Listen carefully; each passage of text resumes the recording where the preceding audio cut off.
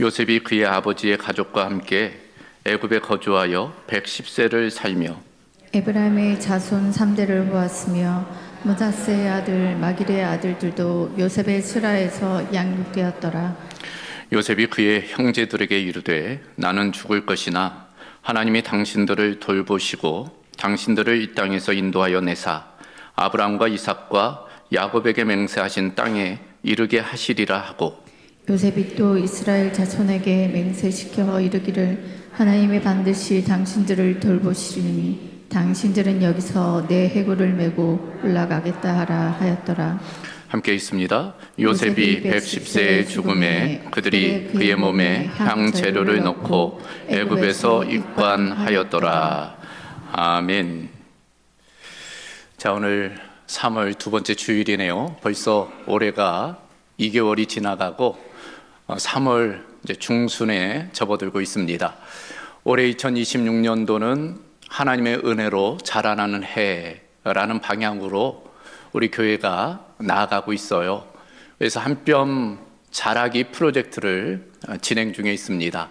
더불어 그와 관련된 말씀들을 1월 첫째 주부터 함께 살펴보고 있는 중에 실제적인 모델로서 지금 요셉을 살펴보고 있는 거예요. 요셉은 구약에 있어서 예수님의 전형적인 모형, 그림자입니다.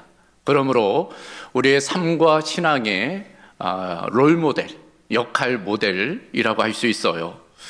그 요셉을 우리가 한번 닮아가는 것입니다. 첫 번째 시간, 요셉 꿈을 꾸다 였어요. 자신과의 관계에 대한 부분입니다.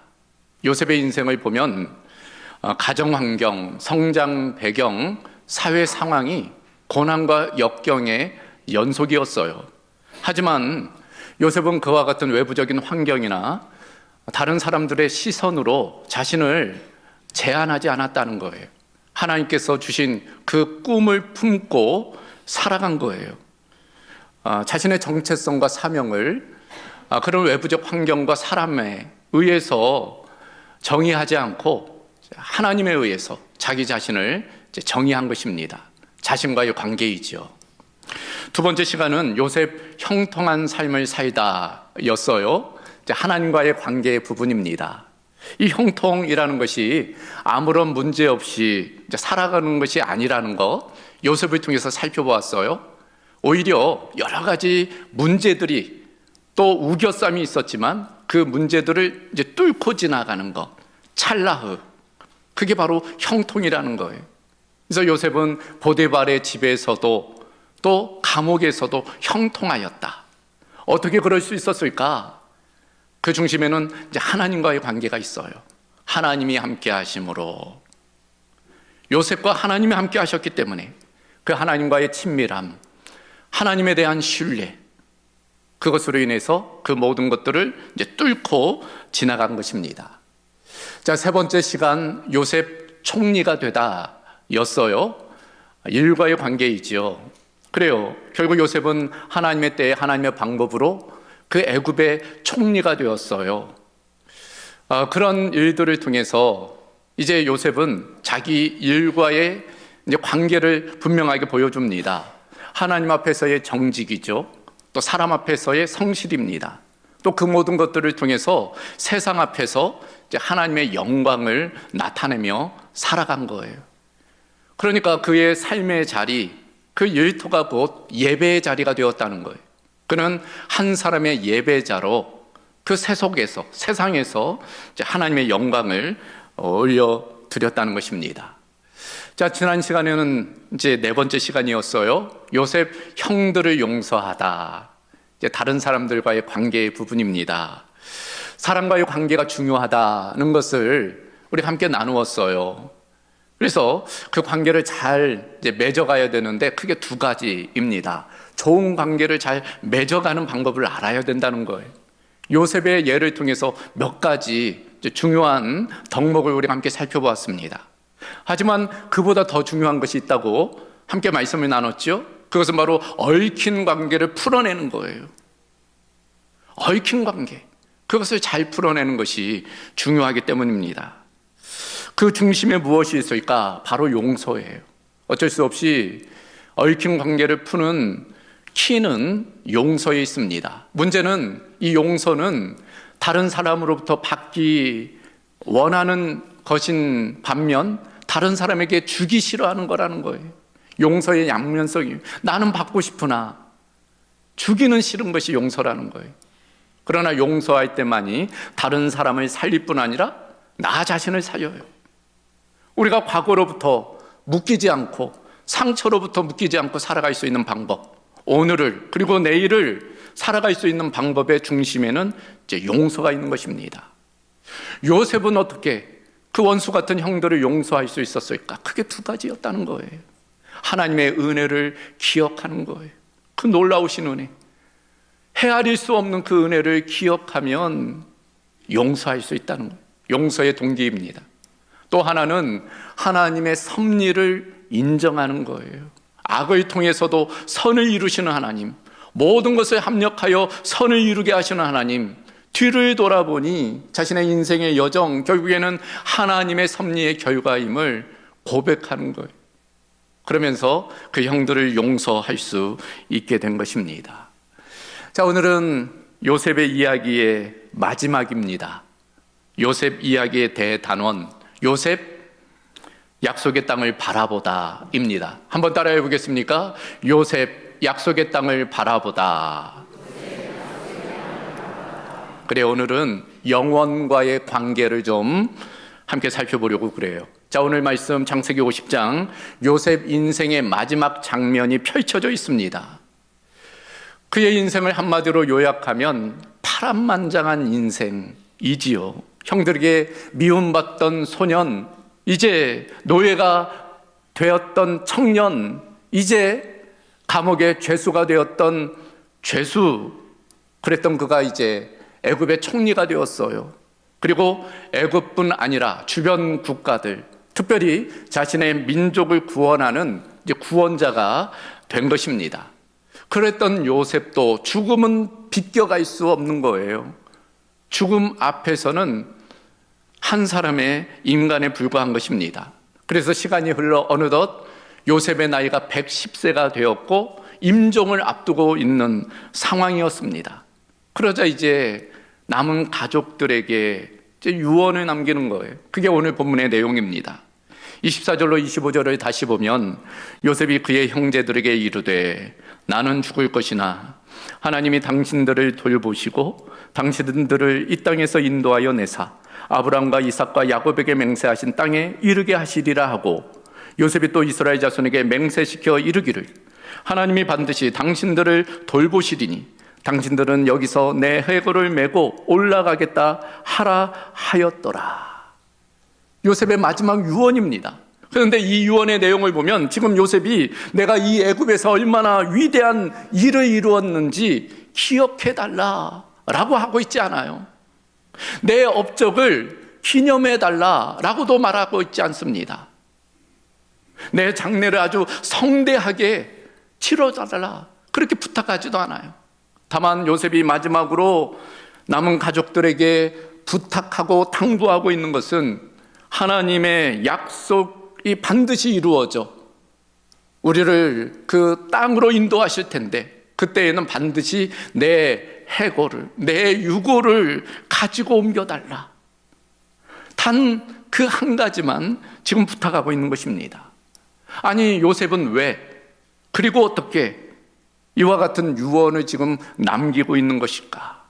요셉은 무엇을 붙들었기에, 무엇을 바라봤기에, 무엇을 더 소중하게 여겼기에 자신의 유해를 약속의 땅으로 옮겨달라고 그 남은 가족들에게 부탁하고 있을까? 오늘 그 내용을 우리 함께 살펴보려고 합니다. 세 가지를 함께 보도록 하겠어요. 그 첫 번째, 요셉이 그 임종의 순간 자신의 유고를 그 약속의 땅으로 옮겨달라고 한 이유, 그 첫 번째는 요셉이 믿음을 붙들었기 때문이에요. 한번 따라해 보겠습니까? 요셉은 믿음을 붙들었습니다. 그래요, 요셉은 믿음을 붙들었기에 그 임종의 순간 자신의 유고를 그 약속의 땅으로 옮겨달라고 부탁하고 있는 거예요. 그래요. 사람은 죽음의 순간에 진짜 자신의 가치관이 무엇인지를 보여주게 됩니다. 그가 무엇을 붙들고 있는지, 무엇을 가장 중요하게 여기는지, 무엇을 믿고 살았는지 다른 때 아니고 죽음의 순간 분명하게 드러나게 되어 있어요. 지금 요셉이 그걸 보여줍니다. 지금 임종의 순간 그는 약속의 땅을 바라보고 있는 거예요. 그럴 수 있는 까닭은 하나님을 신뢰했기 때문입니다. 그래서 오늘 본문엔 두 번에 걸쳐 요셉이 이렇게 이야기합니다. 24절에 보면 하나님이 당신들을 돌보실 것이다.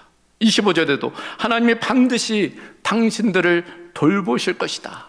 그 결과로서 당신들을 이 땅에서 인도하여 내사 아브람과 이삭과 야곱에게 맹세하신 땅에 이르게 하실 것이다. 자, 이 문장에서 우리는 주의 깊게 살펴볼 두 단어를 발견하게 됩니다. 하나님이 돌보신다, 하나님이 인도하신다 라는 내용이, 먼저 돌본다라는 단어, 히브리어 파카드라는 단어인데 원 의미는 이제 방문하다라는 뜻이에요. 하지만 이 단어의 방문하다라는 의미는 한번 방문하고 손님처럼 왔다가 떠나가는 것을 의미하지 않아요. 오히려 그곳에서 지속적으로 기억하고 개입하고 책임져 주신다, 그런 의미가 있습니다. 그러니까 지금 요셉이 하나님이 돌보신다는 것은 앞으로 이 이스라엘 백성들을 하나님이 기억하시고 개입하시고 책임져 주신다라는 그 믿음의 고백이 담겨져 있는 거예요. 하나님은 우리를 잊지 않으실 거야. 반드시 우리의 삶의 문제에 개입하시고 그 약속을 지키실 거야. 그걸 그 가족들에게 이야기하고 있는 것입니다. 더불어서 하나님은 우리를 인도해 주실 거라는 거예요. 비록 자신은 죽어 이곳 이집트에 입관되지만 그러나 때가 되면 하나님께서 반드시 그 조상 아브람, 이삭, 야곱에게 약속하신 그 땅으로 우리를 인도해 가실 것이다.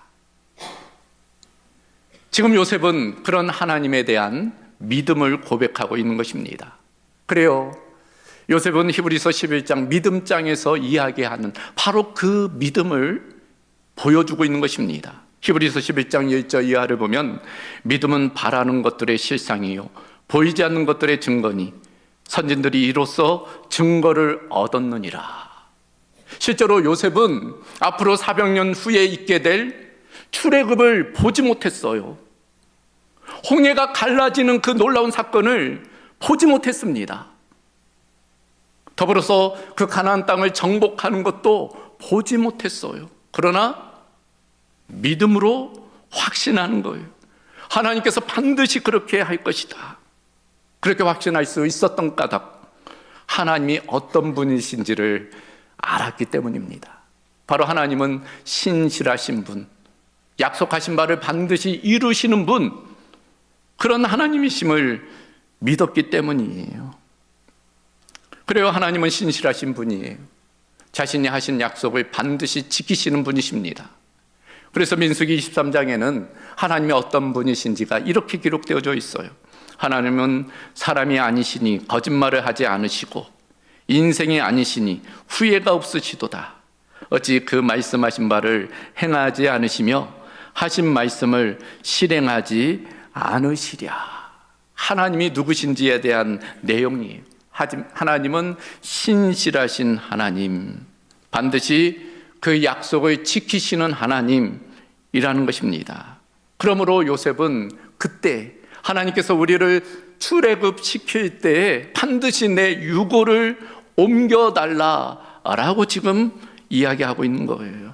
그래서 히브리서 11장 이 요셉에 대해서 그 믿음을 강조합니다. 믿음으로 요셉은 임종시에 이스라엘 자손들이 떠날 것을 말하고 또 자기 뼈를 위하여 명하였다.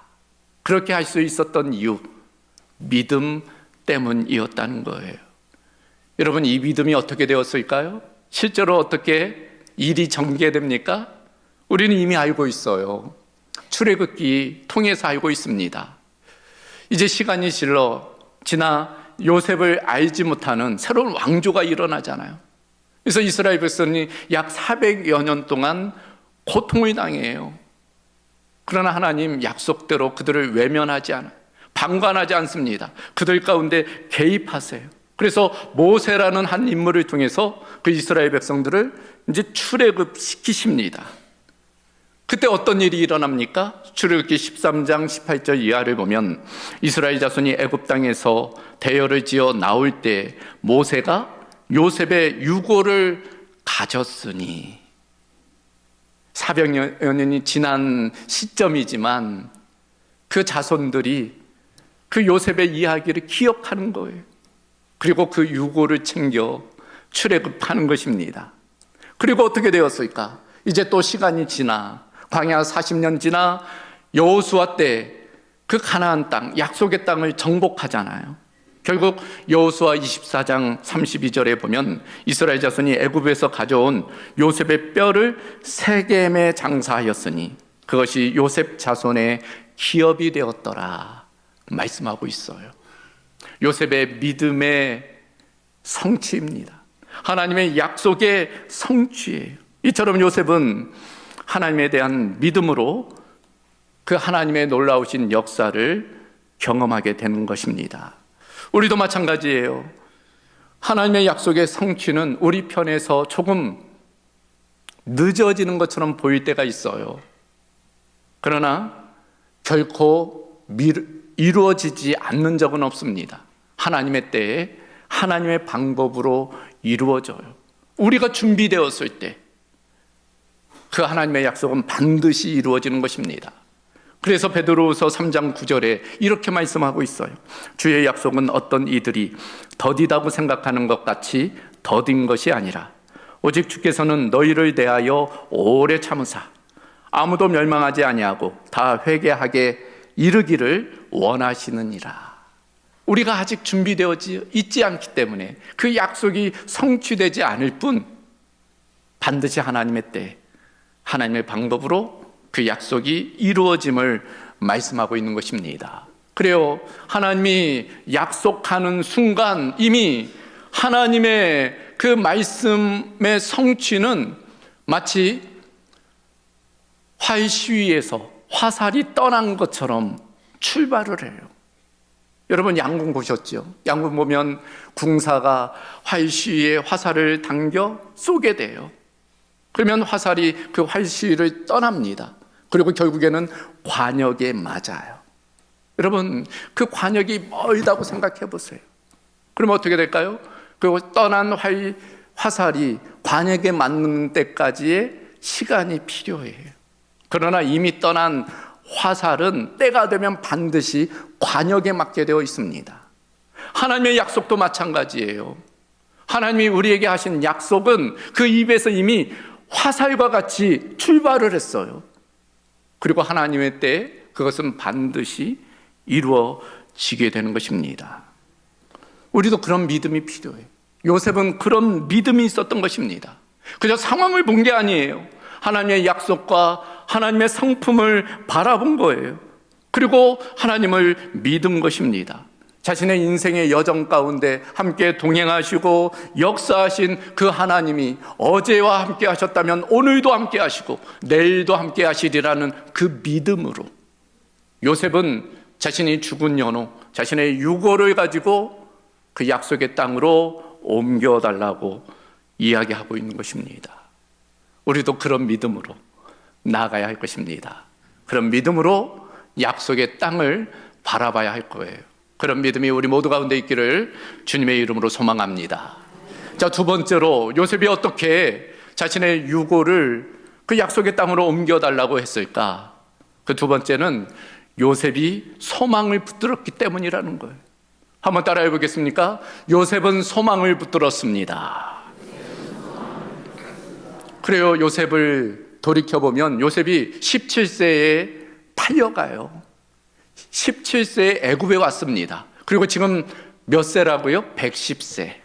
그러니까 93년을 이곳 애굽에서 생활을 했어요. 그러니까 아버지 야곱이 죽어 그 장례를 위해서 잠깐 그 가나안 땅에 갔다 온 것 이외에는 한 번도 이 애굽을 떠나지 않았습니다. 그러니 이 애굽은 요셉에게 있어서 제2의 고향이라고 할 수 있어요. 너무나 익숙한 공간입니다. 오히려 그 가나안 땅, 약속의 땅보다 이 땅에 대해서 더 익숙해요. 더군다나 요셉은 30세에 총리가 되었잖아요. 그리고 지금 110세까지 무려 80년 동안 모든 부귀영화, 힘과 권세를 누렸습니다. 그러니까 이 애굽은 요셉에게 있어서 마치 천국과 같은 곳이었어요. 모든 것을 다 누릴 수 있는 공간이었습니다. 자기가 마음만 먹으면 얼마든지 자신을 위한 기념비도 세울 수 있고 자신의 업적을 두고두고 애굽에 남길 수도 있는 상황이에요. 그러나 요셉은 어떻게 합니까? 나의 유고를 반드시 그 약속의 땅에 옮겨 매장해 달라. 지금 요셉이 무엇을 소망하는 거예요? 이곳 애굽이 아니라 하나님께서 그 조상에게 약속하신 그 땅, 그 가나안 땅, 우리로 말하면 영원한 그 하나님의 나라를 소망하고 있는 것입니다. 자신이 지금 발 딛고 있는 그 애굽보다 그 영원한 하나님의 나라를 소망하고 있는 거예요. 즉 요셉은 현재에 안주하지 않았어요. 현실에 매몰되지 않았습니다. 더 나은 본향을 사모한 것이죠. 그것은 자신의 부모가 있고 조부모가 있고 무엇보다도 하나님이 계시는 곳, 그러니 그곳을 소망하고 있는 것입니다. 자, 이와 같은 요셉의 신앙을 우리가 신학적으로 어떻게 좀 정의해 볼 수 있을까? 소위 종말론적 신앙이라고 할 수 있겠습니다.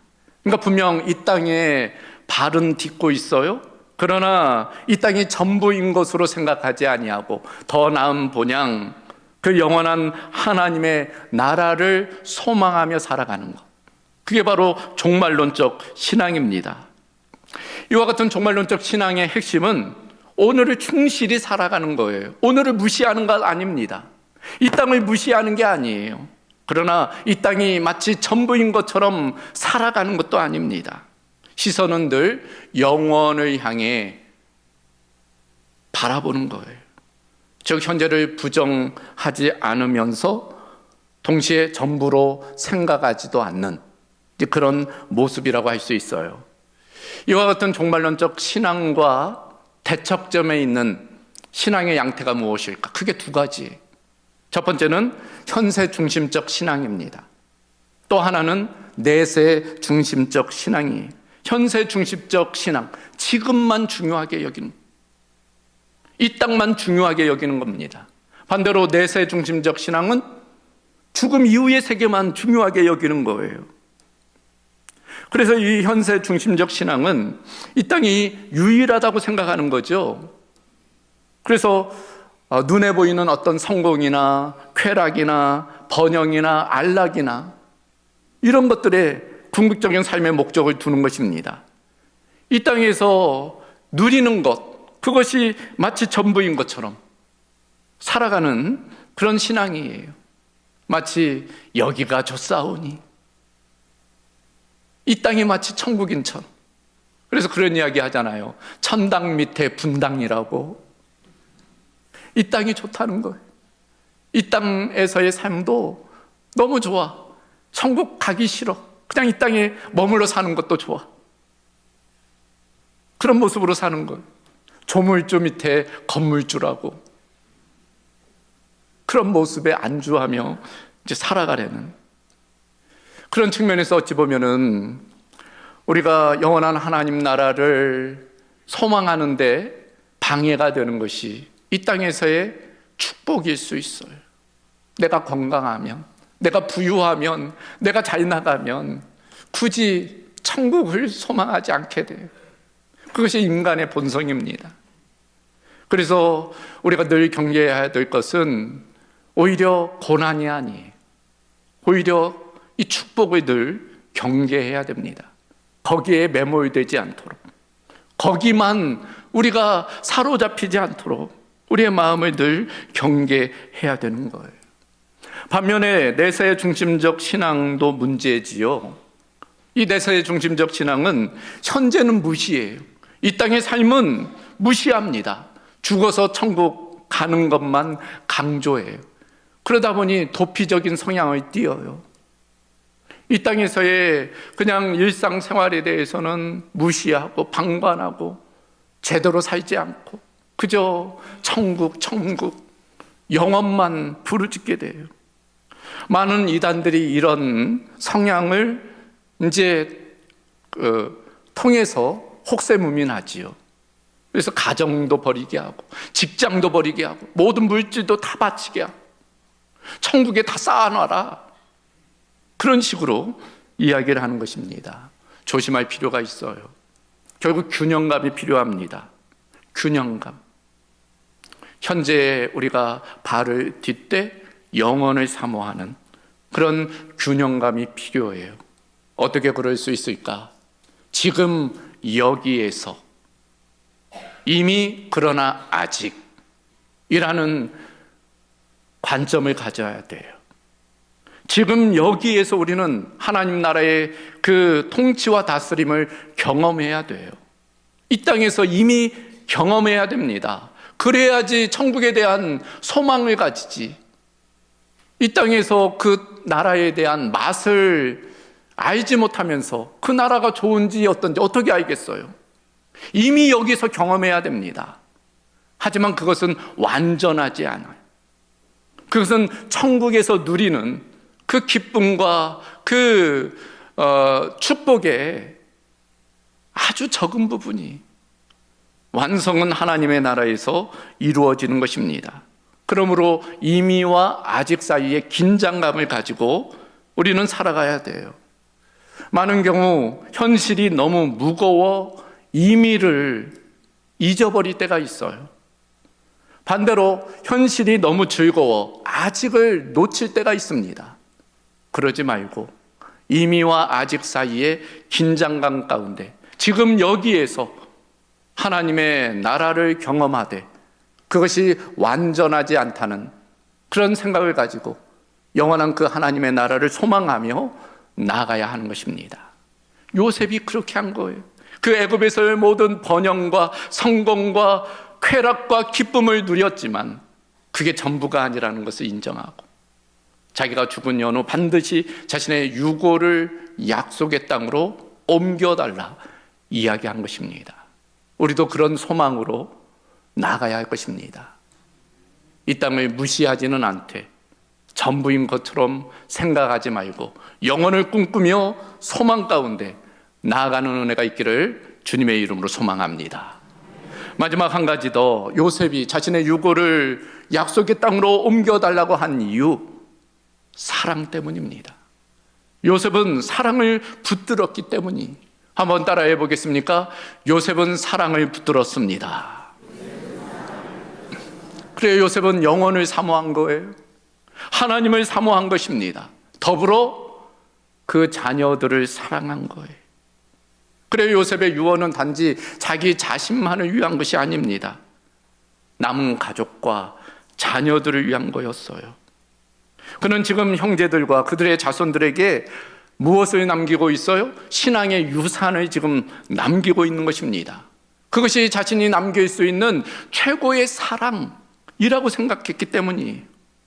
하나님이 반드시 너희를 돌보실 것이다. 하나님이 반드시 너희를 이 땅에서 인도하실 것이다.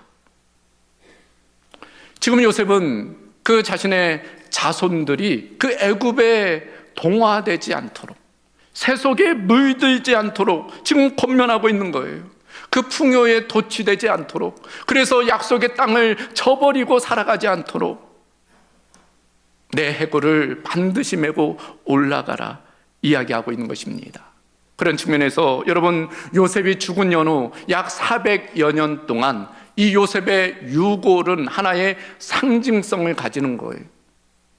그래, 하나님이 우리를 돌보신다 는 것과 반드시 하나님이 우리를 약속의 땅으로 옮기실 것이다, 그 요셉의 유고를 보면서 늘 그 후손들은 다짐하게 되는 것입니다. 우리도 마찬가지예요. 우리 부모가 자녀들에게 남겨줄 수 있는 최고의 선물, 사랑의 선물이 무엇일까? 여러분, 무엇을 남겨주고 싶습니까? 많은 물질을? 부동산, 아파트, 편안함, 물론 그런 것들을 좀 남겨주고 싶겠지요. 그러나 그 모든 것보다 우선해서 우리가 자녀들에게 무엇을 남겨줘야 될까? 바로 영원을 사모하는 마음, 영원에 대한 그 믿음과 소망을 남겨줘야 되는 것입니다. 요셉은 그 가족들을 사랑했기에, 그 자녀들을 사랑했기에 가장 최고의 선물, 그 믿음과 소망과 지금 사랑을 그 자녀들에게 남겨주는 것입니다.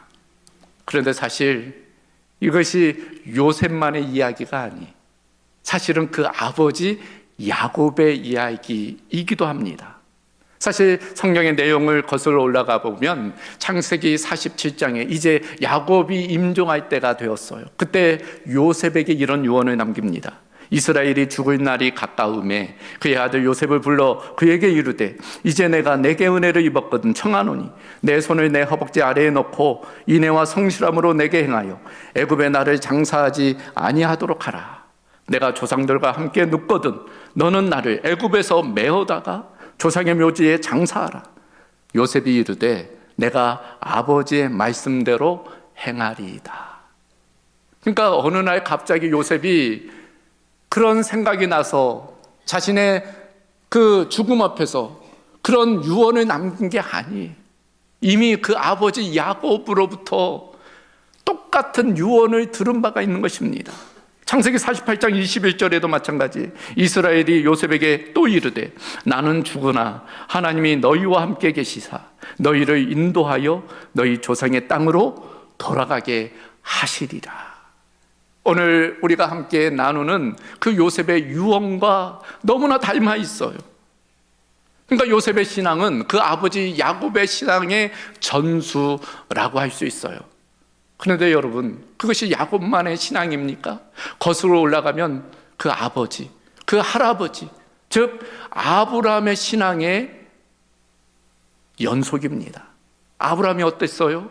어느 날 하나님께서 그를 부르시죠. 그리고 그 약속의 땅, 지시의 땅으로 가라 말씀하세요. 그때 아브라함이 본토 친척 아버지의 집을 떠나 그 약속의 땅을 향해 걸음을 내딛었던 거예요. 그런 측면에서 지금 요셉의 신앙은, 그 자녀들에게 물려주는 그 신앙은 그 아버지의 신앙이며 그 할아버지의 신앙이며 그 아브라함의 신앙의 연속이었던 것입니다. 그런 측면에서 신앙의 유산을 남긴다는 것 너무나 중요해요. 신앙의 명가를 이루어간다는 것 너무나 중요합니다. 우리가 자녀를 사랑한다면 그 무엇보다도, 그 어떤 것보다도 가장 최고의 선물, 이와 같은 믿음을, 소망을, 사랑을 남겨줘야 될 줄로 믿습니다. 저와 여러분 가운데, 또 우리 공동교회 가운데, 우리 공동교회 모든 가정 가운데 그런 은혜가 있기를 주님의 이름으로 소망합니다. 자, 오늘 말씀을 정리합니다. 오늘 요셉의 이야기의 대단원이죠. 요셉이 이제 약속의 땅을 바라보는 거예요. 지금 요셉이 죽음 앞에 서는 것입니다. 그런데 여러분, 이 죽음은 끝이 아니에요. 새로운 시작입니다. 영혼으로 연결되는 출발점이 바로 죽음이에요. 그러니까 우리가 이 죽음 앞에 어떤 모습으로 서야 될지, 이 땅에서 사는 동안 우리가 그것을 결정해야 됩니다. 여러분, 최혜준 씨의 하숙생의 가사를 알잖아요. 인생은 나그네 길, 어디서 왔다가 어디로 가는가. 우리 인생을 마치 나그네로 비유하고 있어요. 같은 관점으로 존 버년의 철로 역정에서는 우리의 인생을 순례로 비유합니다. 우리는 천성으로 가는 순례자이지요. 결국 우리는 그 약속의 땅, 본향으로 돌아가야 돼요. 그래서 천상병 시인은 귀천이라는 시를 통해서 그런 우리의 모습을 너무나 잘 보여주고 있어요. 나 하늘로 돌아가리라. 새벽빛 와 닿으면 쓰러지는 이슬 더불어 손에 손을 잡고 나 하늘로 돌아가리라. 노을빛 함께 단 둘이서 기슭에서 놀다가 구름 손짓하면은 나 하늘로 돌아가리라. 아름다운 이 세상 소풍 끝내는 날 가서 아름다웠다고 말하리라. 나 하늘로 돌아가리라. 돌아간다는 것은 뭐예요? 우리가 원래 있어야 할 곳이 그곳이라는 것. 그래서 우리 말도 누가 죽으면 돌아가셨다. 신앙적인 언어예요. 우리는 다시 돌아가게 되어 있습니다. 어디로? 하나님의 나라로. 그때 우리는 이 땅에서의 삶이 참 아름다웠다. 마치 소풍처럼 아름다웠다라고 이야기할 수 있도록 그렇게 살아가야 돼. 어떻게? 요셉처럼 나 자신과의 관계, 하나님과의 관계, 일과의 관계, 다른 사람과의 관계, 그 관계를 아주 풍성하게 한 다음에 하나님이 부르실 때 하나님 이 땅에서 참 행복하게 즐겁게 살다 왔습니다. 그리고 하나님 계신 그곳에서 더 큰 은혜와 기쁨을 누려야 되는 것입니다. 여러분, 우리가 궁극적으로 어디를 바라봐야 될까요? 애굽입니까? 약속의 땅입니까? 이 땅에서의 성공일까요? 하나님 나라에서의 다스림일까요? 이 땅의 삶이 중요합니다. 그러나 전부가 아니라는 것을 우리는 인정하며 고백하며 나아가야 됩니다. 요셉처럼 믿음으로 하나님의 약속을 붙들고 소망으로 영혼을 바라보며 사랑으로 다음 세대에 신앙을 남기는 그런 삶을 살아가야 될 줄로 믿습니다. 그런 은혜가 우리 모두 가운데 있기를 주님의 이름으로 소망합니다. 하나님 감사합니다. 오늘 요셉의 이야기의 대단원, 이제 요셉이 약속의 땅을 바라보는 내용을 함께 살펴보았습니다. 그 애굽이 전부가 아닌 하나님께서 약속하신 땅이 있다는 것을 요셉이 믿고 소망하며 사랑하며 마지막 그 자녀들에게 남긴 유언이 우리에게도 도전이 되게 하여 주시고 이 땅이 전부인 것처럼 살아가지 않게 하여 주시며 우리 또한 영원한 그 하나님의 나라를 소망 가운데 바라보며 믿음으로 또 서로를 사랑하며 살아가는 은혜가 있게 하여 주시옵소서. 모든 것 주께 의탁하오며 우리 주 예수 그리스도의 이름으로 기도하옵나이다. 아멘.